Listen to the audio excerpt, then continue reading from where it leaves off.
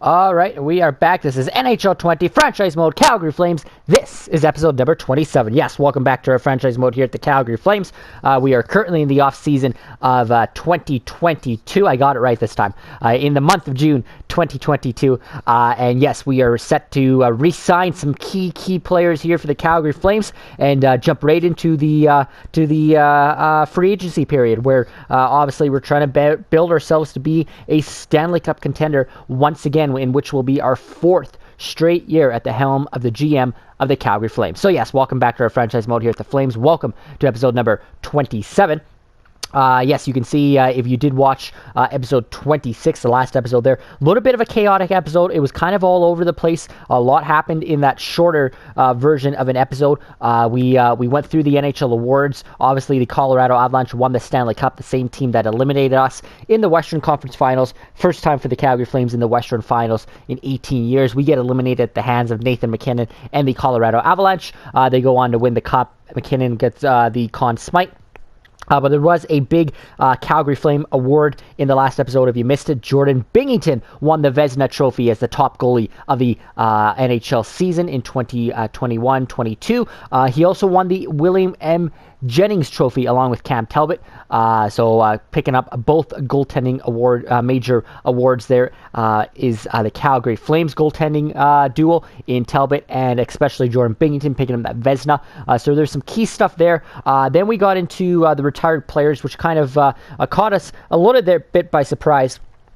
Not that it really affected us anyway, but Mark Giordano, the longtime Calgary Flame defenseman and longtime captain, one of the faces of our franchise the past couple decades, called it a career at age 38 after unfortunately not winning a Stanley Cup. The second straight Calgary Flames captain not to win a Stanley Cup after Jarome Iginla. Now Mark Giordano.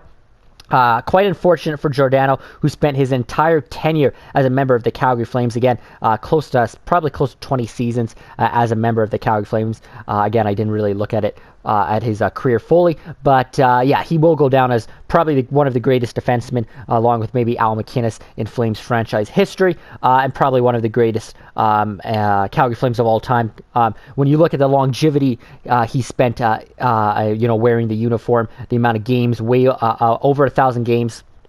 Excuse me, I forget how many points, but yeah, and then of course he was our captain for almost a decade, almost just like Iginla. So I wouldn't be surprised if I said in the last episode if Mark Giordano has his jersey retired, both in real life and in this game. Obviously, in this game, doesn't matter. It's just pretend. But in real life, if he spends his career with the Flames like he did in this game, the last 4 seasons with us, then I could see his jersey definitely hanging in the rafters. We'll pretend in this game that next year, this upcoming season, that we're going to retire his jersey. We'll make sure nobody wears the number 5 as the Flames captain retiring. So that's a huge hole on our blue line. As we get into this episode and move forward, that is a huge hole we have to fill, because Giordano was actually an 88 all of last year, did go down to an 85 by the time he retired, but was still a top 4 defenseman for us, really over the past decade or so. For this team, that's a massive loss for the Calgary Flames. A lot of big holes we're going to get to here in a second in this episode.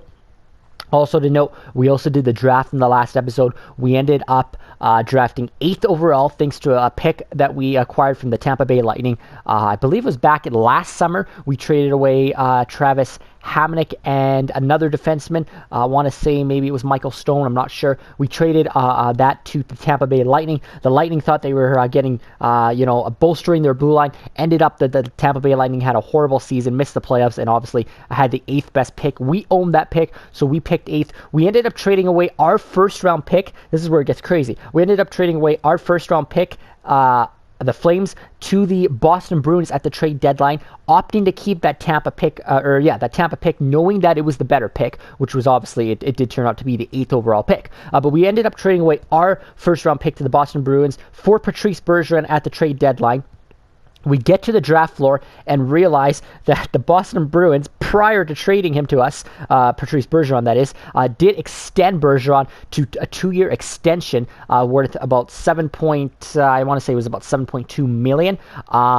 Exactly what the Montreal Canadiens did with Max Domi a year prior when they traded us Domi at the deadline. They extended him to a 2-year extension worth $8-some million, which is now up. I guess that was 2 years ago. But the difference being is Domi was a lot younger. I didn't mind paying him $8 million on 2-year extension. Bergeron, I really did want to keep him in a depth row, not for $7.2 million for 2 more years. He is, I think, 35, 36 years of age. He was around in 85, 84. He's going to be going down. I don't want to pay him $7 million. So, again, I don't know why the computer signs them to an extension just before they trade them at trade deadline. If they know they're going to trade them, why are they signing them to 2-year extensions? That's happened twice to us in this game. Let me know in the comments below if that's ever happened to you. Like that must just be a thing with EA Sports. Like I don't know if it's not really a glitch, but it kind of is a glitch at the same time. Like why are the other teams extending these players just before trading them? And again, in both Domi and Bergeron's case, I'm pretty sure when we went into trade for them, it didn't say that they were extended for 2 more years. We're definitely going to have to be cautious of that going forward. But yeah, I don't know if that's just a glitch or what's happening there. But obviously, that forced us on the draft floor to trade away Patrice Bergeron. We ended up acquiring a first-round pick from the Buffalo Sabres in that draft, which ended up being 2 spots ahead of where we were going to pick. So we ended up acquiring the 26th overall pick from the Buffalo Sabres, for Patrice Bergeron. Our pick that went to the Bruins was at 28. So we actually got the services of Patrice Bergeron and ended up getting a better pick in the long run.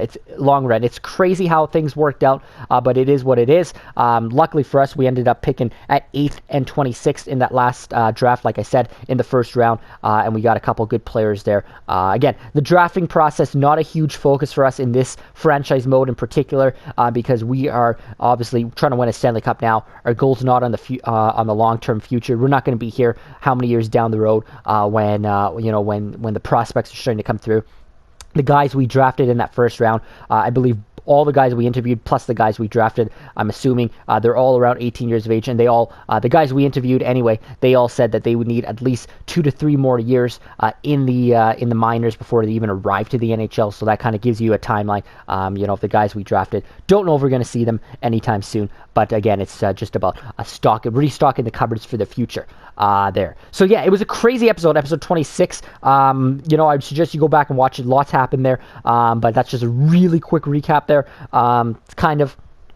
And now here we are at the re-signing phase. So we got a lot to get into in this episode. See how much we can cram into this episode in the re-signing phase and maybe into free agency, how much we can get into. Like I said, we got a big challenge ahead of us.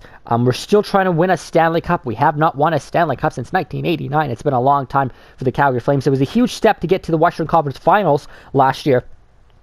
Or this previous year, I should say.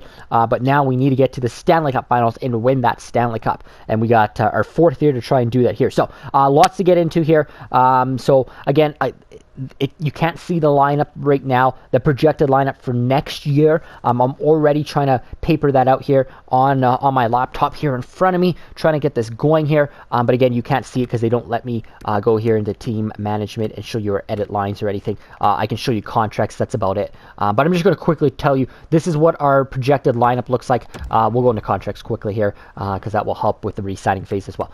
So let's go by, we'll go by overall here with forwards, and then we'll go defensemen. Here we go, main roster and forwards. This is what our lineup looks like next year. Now, biggest thing here about the forward group, Johnny Gaudreau and Max Domi. You can see it on the far right of your screen here. Both of them are pending UFAs. Now, both of them did want extensions throughout the year, meaning throughout the year, they did want to re-sign with the Calgary Flames. We got to pray and hope that that is the case, especially with Johnny Gaudreau, that they don't want to test the open market because they do have unrestricted rights there. But hopefully, we can find a way to re-sign both of these players. If we do, this is what our lineup looks like right now. Johnny Gaudreau, 91 overall. Sean Monahan, 91 overall. Elias Lindholm, 86 overall. That would be your top line next year. Second line looks like this. Matthew Tkachuk, left wing, 86 overall. Max Domi, center, 86 overall, where Udomi, there you are. Again, if we sign him, Andrew Mangiapane, 84 overall on the right wing on that second line. Again, I know on the screen it's jumping all over the place, but I'm reading it off my paper here. And then the third line looks like this: Michael Backlund, 86 overall, and Dylan Dubé, 84 overall. And we're missing a left winger for the third line, because if you go down here, you can see Sam Bennett, who would currently occupy that spot at 79 overall. He's a pending RFA, as is our entire fourth line of Andrew Kopp, Devontae Smith-Pelly, Christopher Stieg, Scott Wilson, who also was our 13th forward. So all of our bottom six guys pretty much are, or our fourth line plus our third line left wing, are all pending UFAs, RFAs. Not a problem here. These are all guys we can go and replace in free agency. We can try and bring some of these guys back if we so choose to, but these are guys that are just filling your fourth line. Even Sam Bennett at this point in his career is just a filler. If we let Bennett go, we can find a third line left winger easy to come in. Big note about those lines, though, is obviously still an elite top line with Gaudreau, Monahan, Lindholm. Tkachuk, Domi, and Mangiapane is still a really good second line. Backlund at 86 as our third line center is huge. We still have probably the best center depth in the NHL with Monahan 91, Domi 86, and Backlund 86 down the middle, as well as the fact that both Dylan Dubé, Elias Lindholm also are centermen if we need to switch them out. So even with the loss of Patrice Bergeron, we still have the best center depth. Our top six is still pretty stacked, even though we're missing a left winger on that third line. Still pretty stacked. Again, that's if we re-sign Johnny Gaudreau and Max Domi. Those could be huge losses if we don't get even just one of them. And we're going to get to that in a second. Quickly with the defense, it looks like this for next year: Noah Hanifin, Juuso Välimäki, 90, 89 respectively. That's your top pairing. Rasmus Andersson, 84 on the second pairing. We did lose Mark Giordano, who was an 88 all of last year on that second pairing. So now Oliver Shillington comes in on the second pairing as of now at 80 overall. And then our entire third pairing is also UFAs in DeMello, Gunnarsson, and Petrovic. Again, these are guys we can probably fill in free agency as well. So right now we only have 4 NHL defensemen for next year. Defensive core definitely gets a lot weaker without Mark Giordano. Oliver Shillington, I don't know how big of a step he can take this summer. I want to see him grow a lot more. Rasmus Andersson was an 85 all of last year. He's gone down to an 84. I'm not sure why. He's got to jump up as well. We need big steps from these two. Obviously, Välimäki and Hanifin are elite defensemen. We need Anderson and Shillington to be a really solid second pairing behind them, and then we need to find some good third pairing guys. So that's how that looks. Goaltending does not change. It looks the same with Binghamton, the Vezina Trophy winner, and Cam Talbot. They're both re-signed next year. We do have to re-sign Artem Zagadulin, our top prospect goalie, so we can get to that as well. So that's just a quick look at what we're going to be doing here in this next part of this episode here in the re-signing phase, and what we kind of really have to do and fill throughout the summer. So let's jump right into the re-signing phase here. We got umpteen amount of days here to get a so here we go. Coaches, okay. Coaches with expiring contracts. The following coaches have expired. Okay, so our head coach, our assistant coaches, and our goalie coach all need to be re-signed in the NHL level. We're gonna have to get to that as well. I think we're gonna. I said this kind of briefly in the last episode. Is that Mark Giordano? Who's our what? Mark Giordano, NHL goalie coach. What? All right. So they did say in the last episode that Giordano could be hired as a scout. Apparently, he can be hired as a goalie coach now. And how? Why he's a goalie coach of all things, I don't know. He was never a goalie, so that doesn't really make sense. But hey, Mark Giordano will be a coach for us. That would be kind of cool to have him on the bench. But anyways, I did say in the last episode that maybe I was thinking of and there's our scouts with expiring contracts. So we'll have to maybe auto that or start the okay. We'll have to fix that a little bit later. Maybe I'll do it off camera. It's not a big problem. I did say I think we're going to keep our NHL coach right now. The only thing, he did get us to the Western Conference Finals. He has been with us for the last few years, getting us some really good records. A lot of playoff success, too, despite not winning a Stanley Cup in the last few years. The one thing I did say, though, is he does roll all 4 lines and all pairings equally. I would love to find a coach that plays the top 6 in particular a lot more, because we do have elite guys in our top 6 and not as many elite guys in our bottom 6. I'd like to see a coach that maybe favorites our top players a little bit more than rolling all 4 lines. I think that would benefit us a little bit better, but right now I don't think it's going to be a major issue. We can address that later, and if we don't have a good start to the season, we can always address it throughout the season. So let's jump right into this re-signing phase here. Where's the re-signing phase? Oh, it starts here. All right. Sim up a day. All right. Oh, I was in it. Crap, I just lost a day of re-signing. All right. Let's get out of there. Let's go to contracts here. Let me grab a drink.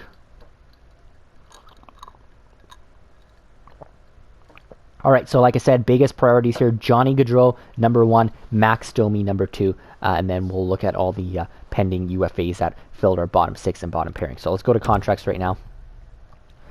Let's see what Gaudreau and Domi are asking for. So first of all, let's just go to UFAs. So it'll be easiest. So here's all of our UFAs. Like I said, you can see Domi, Gaudreau, and then Kopp. These guys are all the 4th liners and 3rd pairing guys, as well as a few HL guys there. So, and then let's just take a quick look at our face. I think it's just Sam Bennett and then Matthew Phillips, who's our top prospect in the A. We can get a lot of these guys signed after. What do we got to work with? All right, 26 million point 6. That seems like a lot. It's not going to be a lot, considering Domi and Gaudreau could eat a chunk of that. Definitely eat a big chunk of that. And that's what we got to work with, the cap space. All right. This is going to be fun. Again, I forget what both Gaudreau and Domi were asking for throughout the season. I think Gaudreau was asking for $9 million, which isn't a far stretch because, again, he's an elite superstar in this game. Did win the scoring title for goals, Rocket Richard, 3 years ago. Still our best player year in, year out. Let's just take a quick look here. 30 goals last year, 49 assists. Obviously 91. I don't know what else to say. This is one of the most elite players you're going to find. Close to 80 points almost every year, 80 to 90 points to 100 even. In that year, he got 99. In the playoffs, too, 15 points in 15 games last year for us, a point a game, 8 points in 12 games before that. So after not being a good playoff performer to start his career, he's really picked it up the last few years, 6 points in 8 games the year prior to that. So, like, every year, he's been really good in the playoffs as well. He's really turned into an all-around elite superstar. We are looking at 28 years of age for Johnny Gaudreau, so that kind of gives you a gauge. He's right in the smack middle of his prime. How long do we want to extend him? We'll see what he's asking for here, but this is a guy that you almost want to pay anything for to an extent. Let's see what he's asking for. So let's offer Johnny Gaudreau a contract. This is going to be very big. All right, here we go. So he is asking now for $10 million. All right, yikes. All right, so I think he was asking for 7 years, which again will take him till what, like 35. That's all right. So the terms are not too bad. I could pay Johnny Gaudreau. He's still going to be an elite player. Maybe not as elite around 35, but he'll still be a good player. I'm not so concerned about the term. It's just the money he's asking for. Just over 10 million per year. I wonder if I want to get that down. I wonder how far down we can go. Do we start him at 9.5? I think that's reasonable. Could we? You know what? We got to start for us. We got to start as low as possible, and I think the lowest we could start is at 9 million flat. So let's try 9 million flat for 7 years. We'll try 9.2. 9.2 for 7 years. See what he says to that. I know he's going to say no, and then we'll try 9 to 5, but might just try and get him as low as we can. So we'll offer Gaudreau that contract. Domi, what are you asking for? Please do not ask for anything that high. Come on, Domi. All right, 7.5 for 5 years. Not bad. Domi also, really, I'm not going to go into his stats, but he's been good for us in the playoffs last few years as well, and in the season. Top 6 player for us for sure. Probably will play most of the time on the second pairing, so I wonder if we give you 7 million flat. 7 flat, I think, is really fair for 5 years for Max Domi. I think that's fair. Let's see what he says to that. So Domi, and then we will jump into... so those are the 2 big ones, really. I want to see what we get with them. Bennett, just quickly, we'll see what you're asking for. He's just asking for... we could bring Bennett back for that, right? 95K for 1 year. He knows he's 3rd line, 4th line at this point. He's been with us his entire career. Let's sign Sam Bennett to that contract. That's not too bad. Let's get some of these guys done. Actually, no. Let's wait for Domi and Gaudreau to see what they say. Just quickly. We got to go to goalies. Artem Zagadulin is a pending UFA. We'll get him signed as well to apparently a 1-year contract there. All right. So let's jump out of here. Let's sim a day. I hope we only got, what, 4 days left here to get these guys signed. I hope Gaudreau and Domi take it. I don't think they will, but let's just see. Let's advance a day here. Come on. All right. Bennett, easy decision. All right, so we brought back Bennett. Here we go. Here's the big ones. Johnny Gaudreau, although I'm interested in a principle of an extension, I'm going to reject this offer at the dollar value. Yeah. You have not offered me the money. I feel like, okay. And Domi, it was an easy shit. Okay, so Domi does sign for 5 years, $7 million. We bring back Max Domi. Easy decision to renew his contract with us. He was asking for, what, 7.5 or something like that. We get him for $7 million flat. I think that was really fair. Zagadulin as well, easy decision. So the only one and Bennett signs as well. Only one that does not sign is Johnny Gaudreau, as anticipated. That we would need to up that a little bit. So we tried 9.2. Let's just continue to work a little bit. Try 9.5. Continue to chip away here with Johnny Gaudreau.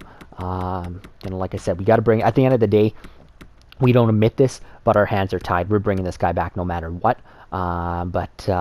Unless he really didn't want to come back with the Flames. We're trying to get him as low as possible when it comes to dollar value. We need to save as much money right now. We got a lot of holes to fill, even with Gaudreau and Domi back. Like I said, we're missing our entire fourth line now that we did bring Sam Bennett back. We're missing our entire fourth line plus our entire third pairing.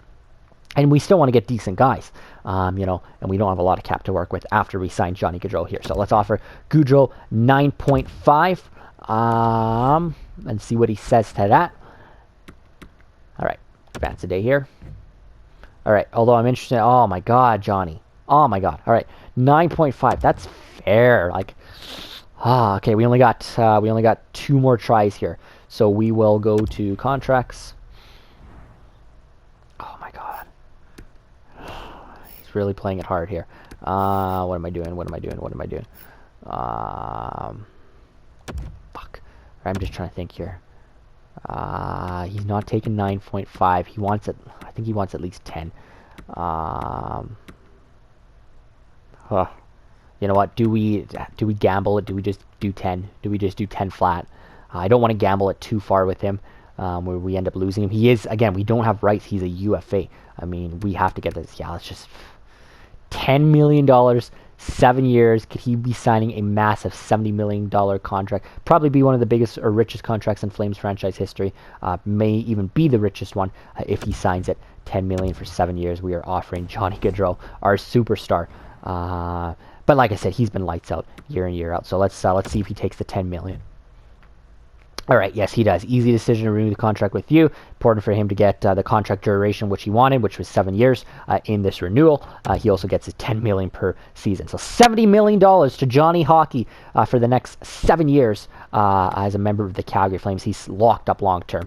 That's a huge signing for the Calgary Flames. But again, we now have very little salary cap space to work with and lots to get done. So I'm just looking down there. What does that say? 9.6 is our salary cap space now with Johnny Gaudreau unsigned. Monahan needs a new contract next year. Holy shit, this is not going to be fun. Yeah, just looking at some of our other paid guys. Hanifin, 2 more years, needs a new contract. Backlund, Lane Holmes, yeah, it's not going to be. We really have a small window now to win that Stanley Cup with a core, or else I could see a major shit. I don't know if we get Monahan next year. He's going to want a matching contract to Johnny Gaudreau's. Both of them are 91. I mean, I just don't know if we bring. It could be a big shakeup next year. Right now, we're lucky to slip through with the same core for the most part, but we'll see what we get here. So let's look at our pending fourth line players. We can bring some of these guys back on the fourth line. If we want some 79, yeah, these guys are all 79. There's going to be options in free agency, but let's see if we can get a couple of these guys. Let's try Andrew Kopp first. 27 years of age, centerman, and still 79. That's not bad. We'll see what he's asking for. 1.5. Nope. Goodbye. How about Dylan DeMello? 79 on the blue line. What are you asking for? 1.4. Not really. Devontae Smith-Pelly. Again, these are fourth line guys. I'm not paying you over $1 million. Yeah, they're all asking for it. All right, so we're gonna have to part ways with all of these guys. Same with Carl Gunnarsson. Excuse me. Petrovic. Yeah, that's reasonable. 78. We can bring Petrovic back. I like him as a 7th defenseman. Really more even as an AHL defenseman. We'll bring him back for 1 year at what he's asking for there. Wilson at 78. Yeah, we can bring you back. We just need some guys to fill our fourth line right now. And I like the 1 years there for these guys. Rally Vadmev in the AHL. Yeah, sure, we'll bring you back. These guys we can kind of let go for now. They're all AHL guys. Let's go back to our RFAs. Top prospect, or not top prospect, but our top forward in the AHL, Matthew Phillips. We'll bring you back. Just giving them exactly what they're asking for, which this guy, 76. Yeah, okay, we'll bring you back. 2 years. Yeah, okay. A load of guys. We just need to get these guys contracts under way. Glenn Godin in the AHL, and all of them are like looking like 1 years, but we'll take it. We'll take it. And a Tuola. All right, and again, I think it was just Zagadulin when it came to goaltending. Yeah, that needed to be done. Yeah, all right. So that is the remaining RFAs and UFAs. So let's advance 1 day here to the last day of the re-signing phase, and then we'll jump right in. All right. So here we go. Wilson has decided to renew his contract. So Scott Wilson's coming back on the fourth line. This guy decided to renew his contract in the AHL. Petrovic's decided to renew his, he's decided to reject the contract. Sorry. Decided to test the free agent market. All right, so we've lost Alex Petrovic. Easy decision for Glenn Godin. Easy decision for Valiev. Easy decision for Nielsen. All these AHL guys. Easy decision for Phillips. Easy decision for Teola. And that's that. All right. So everybody else is signed. Petrovic, the only one that doesn't sign, wants to go to free agency. So there it is. That is our re-signing phase. Let's jump right into free agency now. Like I said, I'm just going to really quickly go into here, into my lines, and put Bennett in and Wilson in on our fourth line. Whoops. All right. And yes, we have to get our coaches done. Scout's not renewed. All right, so we have to go there and do that.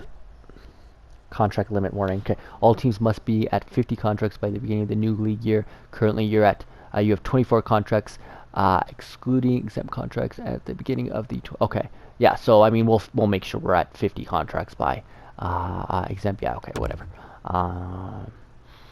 All right, so here we go, free agency. So again, I just kind of updated this really quickly on my computer. We now have Sam Bennett with Michael Backlund, Dylan Dubé on that third line, Scott Wilson on the fourth line. So we need a fourth line center, and we need a fourth line right winger.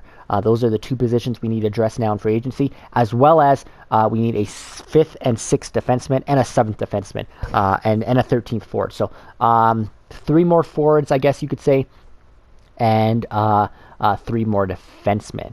Again, these can be depth guys. These can be guys that, especially the 13th guys. But we just want to have options as well. So let's get right into it. So a lot of depth guys to sign. But we also want to see what else is out there, in the free agent market. We only have, how much do we have to work with? We only have, where's our salary cap space? There it is. 9.81. Okay, so seems like a lot to work with, but it's not. It's not. We could, 9.81, almost 10 million. We do have a lot of contracts to fill. That's the problem. Like I said, we're only at 29 contracts right now. Ooh, this is tough. This is a tough one. Okay, I like our top 6, like I said. I'm really confident in our top 6, going back with the 3 lines we have. The fourth line I don't really care about too much. I kind of want to get a good defenseman right now in free agency, because Oliver Shillington at 80 on the second pairing kind of scares me a little bit. If he stays at 80, I want him on the third pairing. I don't, if he jumps to 83, 84 by the start of the season, which I don't see him going up by 3 or 4 spots. It would be nice if he did, but if he did, then I'd keep on the second pairing. But if he's going to stay around 80, even 81, or even 82, I kind of want him on the third pairing. I kind of want to replace that Mark Giordano on the left side of our second pairing here. So I think that's going to be our first thing, is look at defensemen here when it comes to free agency. And then we'll fill the other spots, because we do have a little bit of money to work with, but not a lot. All right, so here are our free agent defensemen. So Rasmus Ristolainen, obviously the top defenseman there, 89. Jean Klingberg, all right. Nick Leddy, some good defensemen out here. Johansson, Josh Manson at 5 million. 4 is still too high for me. 4.7 for Colin Miller. Strawman. Here's Jomerson. 82 now. We're getting down to like, yeah, we're getting down to. Whew.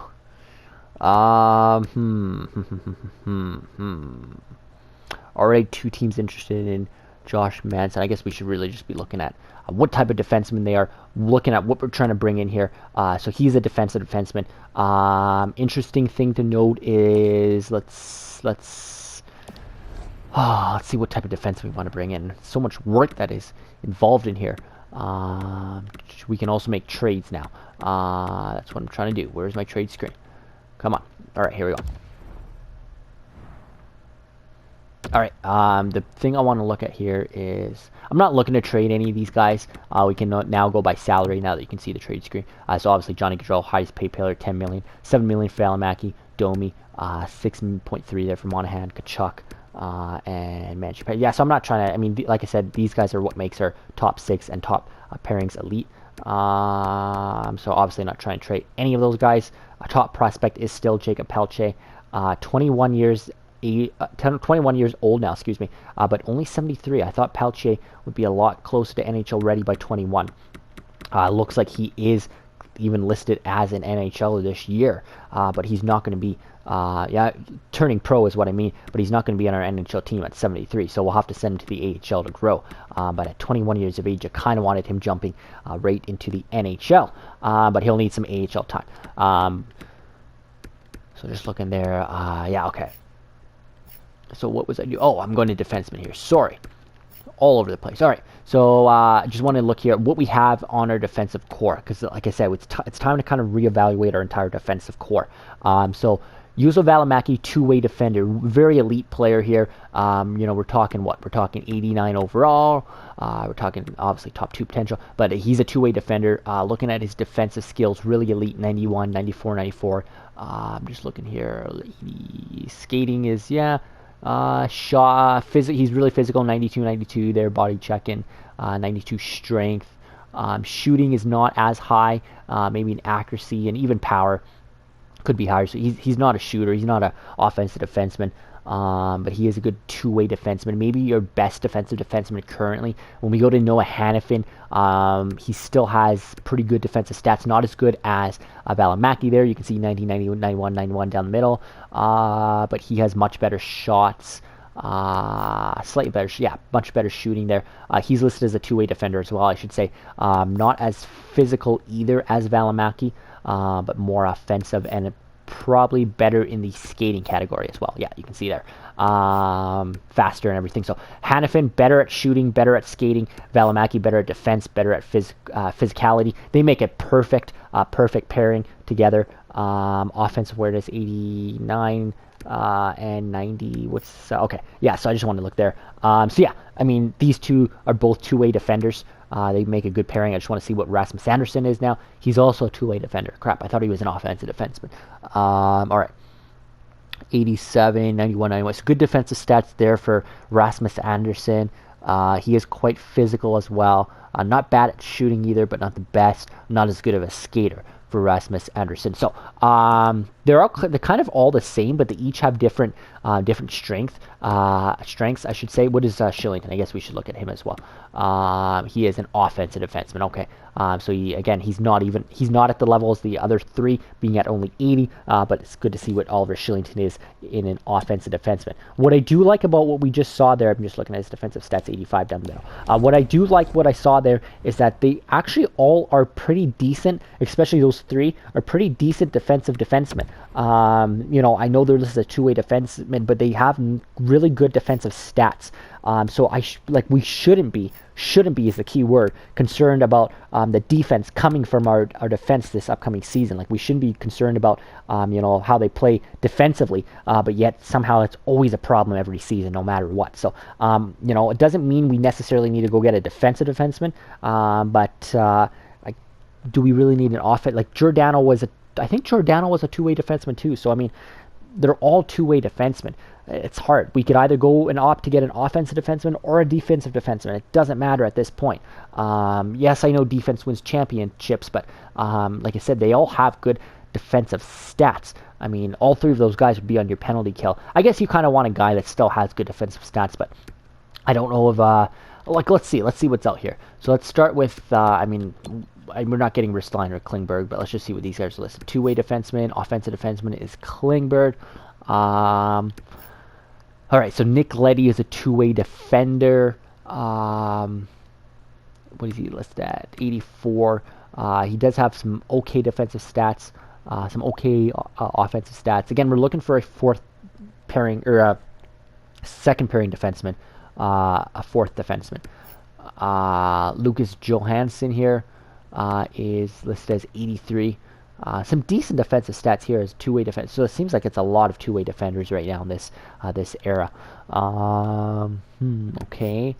Defensive defenseman and Josh Manson. He's got some okay defensive stats. Not going to give you a lot offensively at all. He's quite physical as well. How is he listed? Oh no. Okay, sorry. I thought they said defensive defenseman. Sorry. And shoots right. That's the other thing is we're maybe looking for a left shot because Anderson shoots right. Now we also have two left shot defensemen on the top pairing, but I don't want to take either Hanifin or Valimaki off the top pairing. I mean, the shot, I guess, doesn't make a difference too much. If we have to get a right shot defenseman, I think I'm looking for a left shot preferably. Colin Miller, two-way defenseman, right shot. So all these guys are kind of the same. Anton Strawman, two-way defender, right shot. Nicholas Jomerson, he's more of an offensive defenseman. Or no, sorry, still defensive defenseman, sorry. Right or left shot there. So you know what? I mean, I might be looking too much into this, but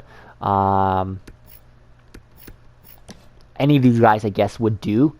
Guys like Manson has two teams interested in him. They're probably paying him more than $5 million. Colin Miller has a team interest in him. I wonder if we start at Strawman and below. I'm not wanting to pay over $5 million for these guys up here. I don't think Manson and Miller are much of a reach. But we can get these guys still, even though they're 82. They have good stats. They're still listed as top 4. We could bring one of these guys in. See if we could get them. Either Strawman or Jomerson. Don't know if I'm going to go too much lower. What's this guy listed at? Two-way defender. I mean, these, Jason Demers, we can get these guys if nothing else comes. But let's try, I think we'll try Strawman and Jomerson first. I just wish they were a little bit higher than the 82. You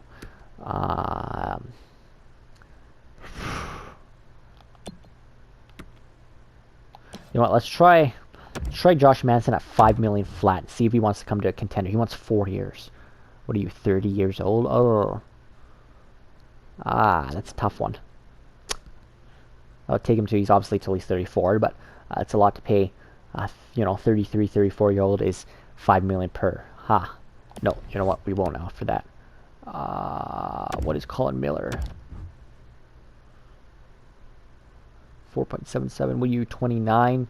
You're asking for 3 years. That's a little bit more reasonable. Let's offer Colin Miller this. The other team is New Jersey that's interested. We're not going to up it anymore than 4.77. We can't obviously lower it or he won't accept it, but we'll see if he's looking to maybe come to a contending team over New Jersey, who maybe isn't as much of a contending team. Again, he's a two-way defender. He's got decent defensive stats. He's got decent all-around stats. We'll see if he's willing to come to a contender, and he shoots right. Okay, we'll just offer it to him, see if we get him at what he's asking for, and then we'll try Strawman or Jomerson if not. So let's wonder if we should put in no, I guess we shouldn't put in a request for these guys, or should we?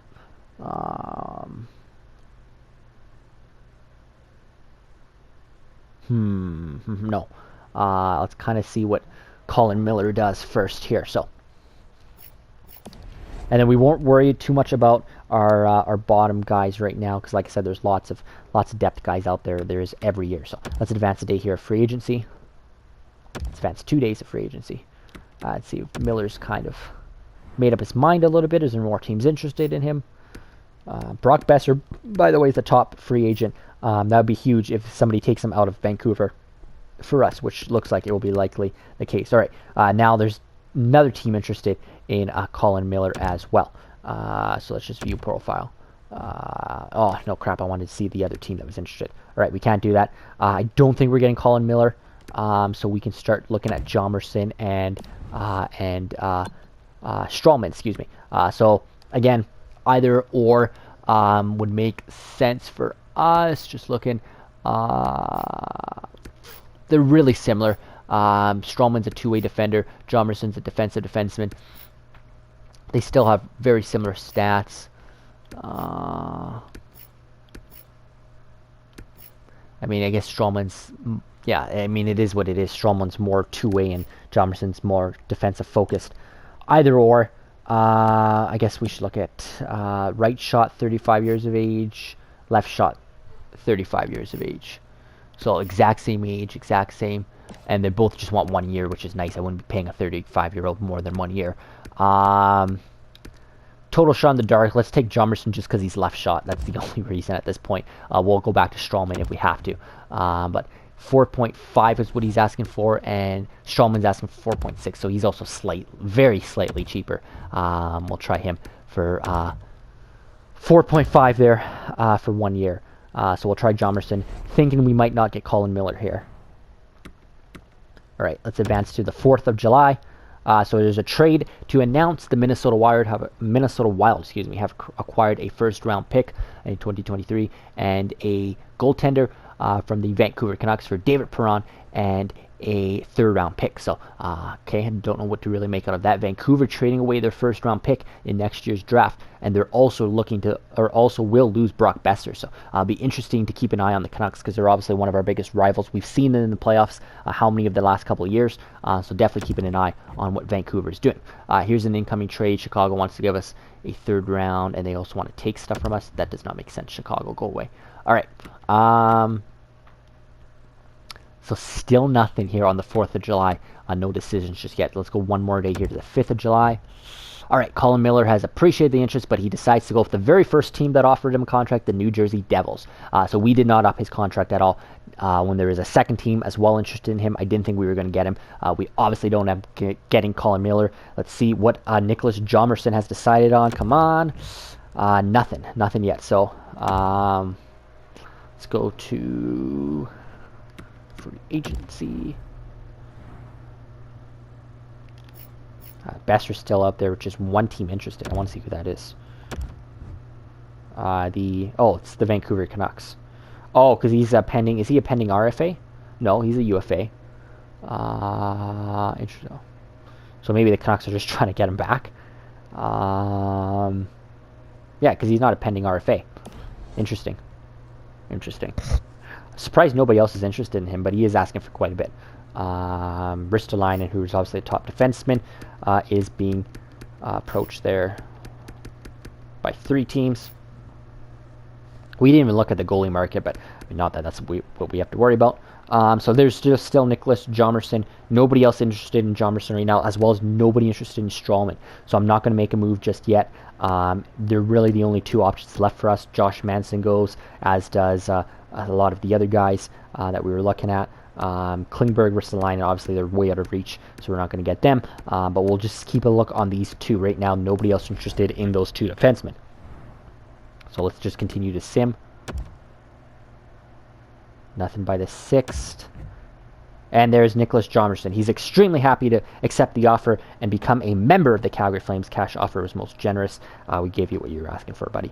All right, so we do bring in a very good defenseman in Nicholas Jomerson. Always liked what he did in Chicago for all those years. This guy I definitely always like to bring in on my franchise modes. So there we go. We've got our 4th defenseman. Nicholas Jomerson will join a pairing with Rasmus Andersson. So that will be our 2nd pairing there. A good stay-at-home defenseman in Jomerson, as Rasmus Andersson does poise a little bit more offense despite being listed as a 2-way defender. I like that pairing. That allows Shillington to go back to the 3rd pairing unless he takes a massive step. We'll see. But there we go. That is a huge replacement for the Calgary Flames. So yeah, that might be our biggest move. Again, it's not a very very exciting free agency for us. We didn't have a lot to get done. We had a little bit of money to work with. We now have 5.9 to work with.